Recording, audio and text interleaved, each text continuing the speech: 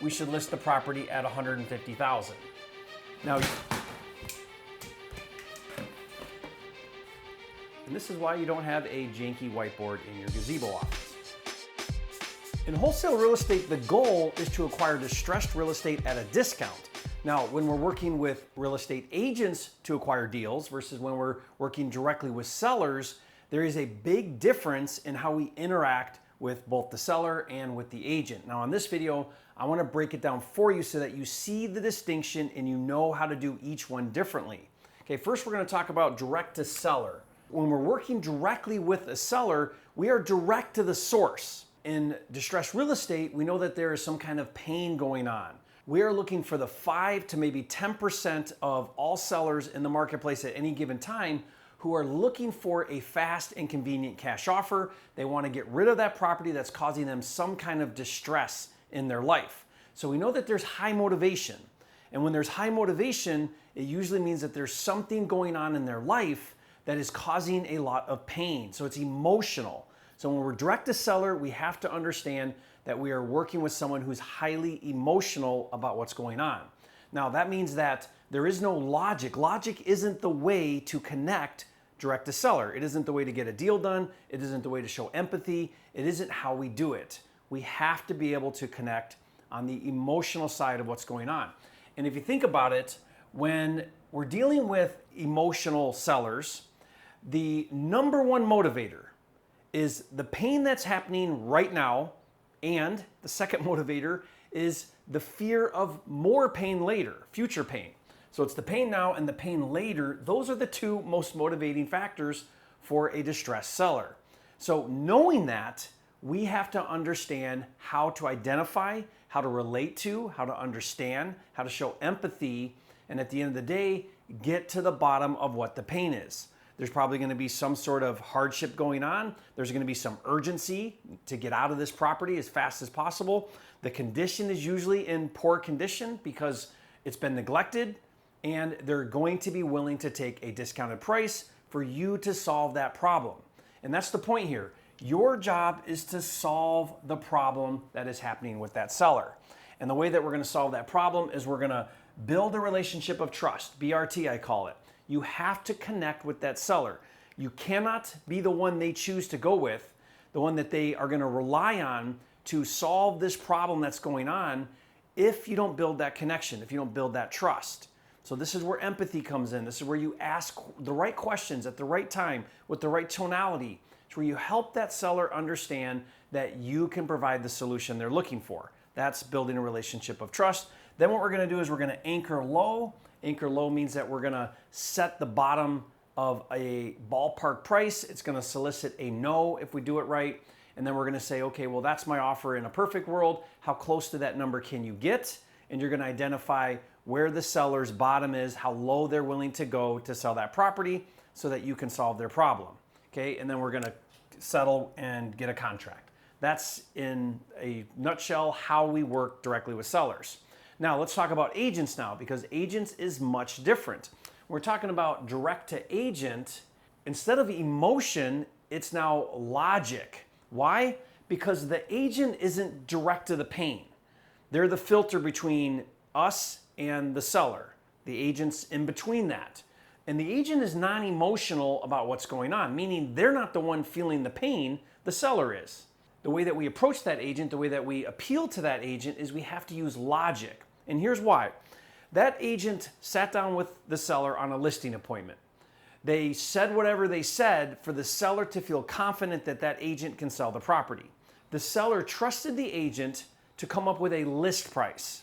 Now, what I find, because I do this day in and day out, is that oftentimes that list price is way too high.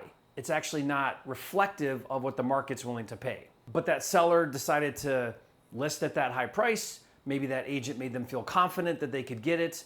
And here you are now talking to the agent, not the seller. When you go direct to agent, you never talk to the seller. And we're talking to that agent. That agent came up with a list price. Let's say that that agent said, okay, I think we should list the property at $150,000. Now,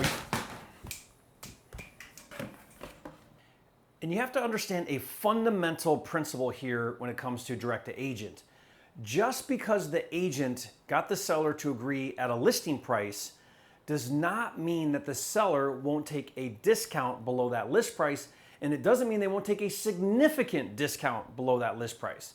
We've bought in properties, and I see it day in and day out with my students, where we end up getting properties for half of list price. Okay, that's a significant reduction from where the agent has it listed. Now, why is that the case? Because the agent convinced the seller for whatever reason to start out at this price, and they don't lower the price, and the seller's actually very motivated and will take a much lower price. Even if the agent says, I know for a fact the seller won't take that number, oftentimes they're wrong. Why? Motivation changes daily. Something could happen, the seller's ready to make it happen. They said no yesterday, they say yes today. So never assume or never take it at face value if an agent says there's no way the seller will take that offer. We have to convince, we have to persuade that agent to make the offer. And the way we do that is with logic. Now, when I say logic, what do I mean? Well, again, I have to appeal to that agent as to why my offer is legitimate. Now, the seller may not accept it. The agent may not think it's an offer worth taking. It could be way off. None of that is relevant. The point here is, how do I convince that agent to present my offer to a seller? That's my job. My job is to persuade the agent to make the freaking offer. And if the agent doesn't buy in, if there's no buy-in, if you don't have buy-in with your offer, the agent's not going to make the offer. They're not going to persuade the seller. They're not going to go to bat for you. They're not going to try to help you win the deal. And they need to, because remember, they're the one that's going to call the seller and say, hey, I got a cash offer. I really think you should entertain this one. Here's why. If they're not helping the seller see why your offer is legit and why they should consider it, then you're out. You lost out on the opportunity. Okay, so how are we going to do that? Well, the way that we appeal to an agent's logic is we have to establish value, we have to establish condition, and we have to make a reasonable cause as to why our offer is where it is. So the way to do this wrong would be, it's listed for $150,000. I want to buy it for $75,000. Right out of the gate, I say to the agent, hey, I want to make a cash offer for $75,000. The agent's going to go, go pound sand. You're wasting my time. I'm not even going to entertain this. I know for a fact the seller won't take that. We're listed at $150 after all, and you're offering me $75. Click. Okay, like you're going to just shut it down right away. Instead, what you've got to do is you've got to help the agent understand why $75,000 on a $150 listing is actually reasonable. Now you have to sell that. So what I do is I say, okay, what do you think, agent, the back end value is on this property? If I fix it up, what do you think it will resell for? Now, don't say after repair value or ARV. Don't use that jargon. Most agents don't understand that. Use language they understand. What do you think the resale value is? What do you think the back end value is? If I fix it up and flip it, what do you think it will sell for? Now, what we want to do here is we want to establish value with that agent. We want to both agree on that number. So I have to be ready for that. While I'm on the phone, I'm pulling up and I'm looking at comps. I'm looking at other sold homes. I go right to the highest priced homes in that neighborhood, in the general area, and I'm trying to establish, okay, is this a flip? Did this house sell? Was it renovated? Is it vacant? Okay, that's a flip. And then I want to establish value. So I'm going to have this conversation with the agent. You have to be able to talk about it. If the agent says, well, I think it can get $350 on the back end, then I'll say, okay, that's awesome. Man, if I could get that, that'd be fantastic. Help me understand where you're getting that value, because I'm looking right now and I'm seeing houses that are very similar to this one selling for $300. Is there a comp I'm missing? Help me see where the value is $350. I'm not challenging them in the way that's going to be combative. I'm just wanting to understand. So I'm agreeing with them. Oh man, that's awesome. Man, if I could get $350, that would be fantastic. I'm just looking right here. Help me see what you're seeing. What about this property? And they might say, well, that's on the other side of the road. That one doesn't really count. Now, good agents know their numbers. Unfortunately, not all agents are good agents. Most aren't. Most of the time, they're going to say, well, I don't know. And in my mind, I'm thinking, how the heck do you have this listing? You came up with a price, and it's clearly distressed. An investor is probably going to be the one that buys this, and you don't know what the values are.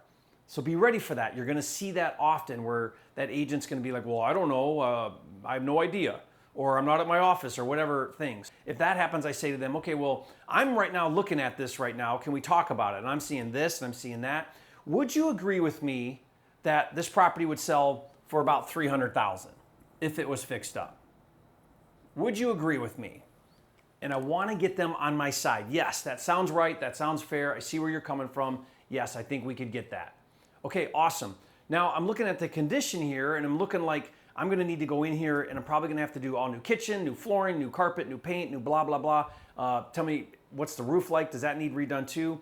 Okay, what do you think it will cost for me to fix this up so that I can resell at that $300,000 value? What do you think it's going to cost? Now, why am I asking the agent what they think value is? Why am I asking the agent what they think repairs are? Because agents want to be the expert. And when they feel like they're the expert and when they feel like you value their opinion, they open up, they let their guard down, it creates trust. Even if you don't agree with them, you don't have to agree with them, but it's just asking them their opinion helps them feel liked and trusted and valued. Agents want to feel that. The reason why they're agents is because they're too chicken to be investors and they want to feel important. They want to feel like a professional. They want to feel valued. So I play on that ego. All agents have big egos because they want to be the pro. They want to be the expert. Okay, so I help them be the expert. Now, once they say to me, well, I think it's going to be 20,000. I'll say to them, well, I've been doing this a long time and man, if you can get it done for 20,000, I would hire you in a nanosecond to do the rehab. Help me understand where you're getting 20,000. If they say 40,000, I say, okay, well, help me understand 40,000 because I'm looking at this and I'm thinking, man, a kitchen's going to be 15. I got to do appliances. So I ballpark and I come to numbers. I eventually want to get to agreeing on a rehab number. So I'll say, man, I think this is probably going to be realistically more like 60. And here's why. Now you got to be able to talk this stuff. So you got to understand how to have this logical conversation of why we're doing what we're doing with the agent. Remember, I've got to appeal to them logically. So let's say that we establish that it's 60,000. We say, would you agree with me that it's probably going to be like $60,000 to do the repairs on this? Okay, great. This is what I'm saying to the agent. If I'm going to buy this property, I'm going to put $60,000 into the repairs, and then I'm going to try to turn around and sell it for $300,000. If that goes well, then I'm going to have closing costs when I buy it right now, closing costs when I sell it again. I'm going to have commissions to pay agents to sell it on the back end for $300,000. I'm going to have financing costs because I have to get my investors and partners to fund the deal for me. So I'm going to have financing or carrying costs. And I want to make some profit.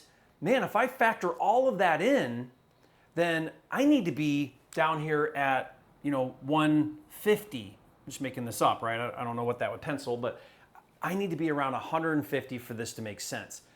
Do you see where I'm coming from? If I do this right, then the agent will be like, yeah, I get it. Now, they might say, well, you know what? I get where you're coming from. That makes sense. Totally understand where you're at. But I can just tell you right now, there's no way the seller's going to take 150. They're just not going to take 150. We're listed for 250 and they're not ready to take 150.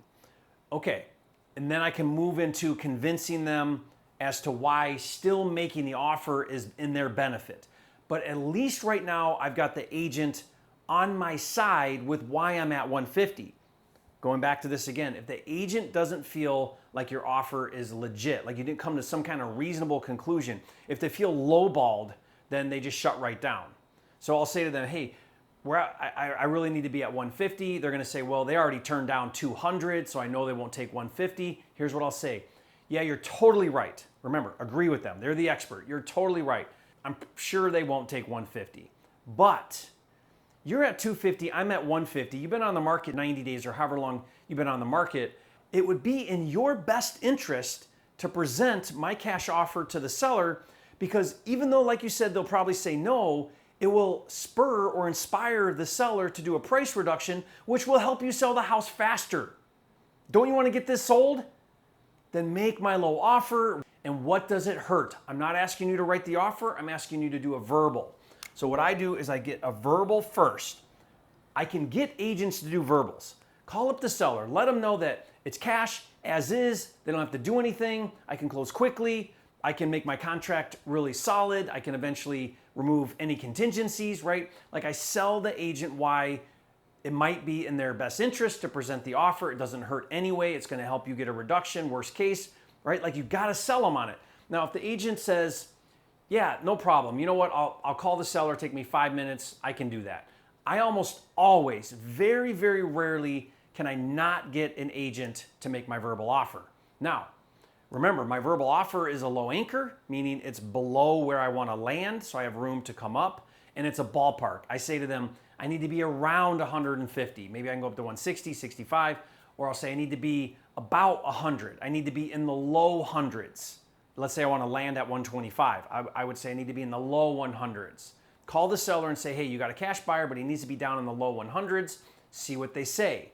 Now the agent's going to get back and they're going to say, hey, you know what?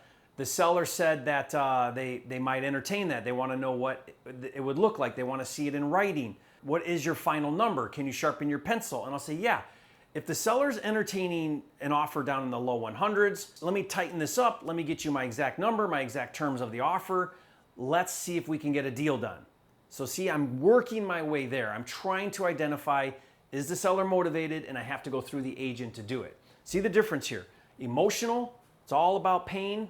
You're dealing straight with the pain. You better be good at empathy. Over here, there's no empathy. I don't have to empathize with anybody. I'm talking to the agent, the gatekeeper to the seller. I have to appeal to their logical side to get them to do this. Now, I teach all of this at a high level in my fast track training. I do live training.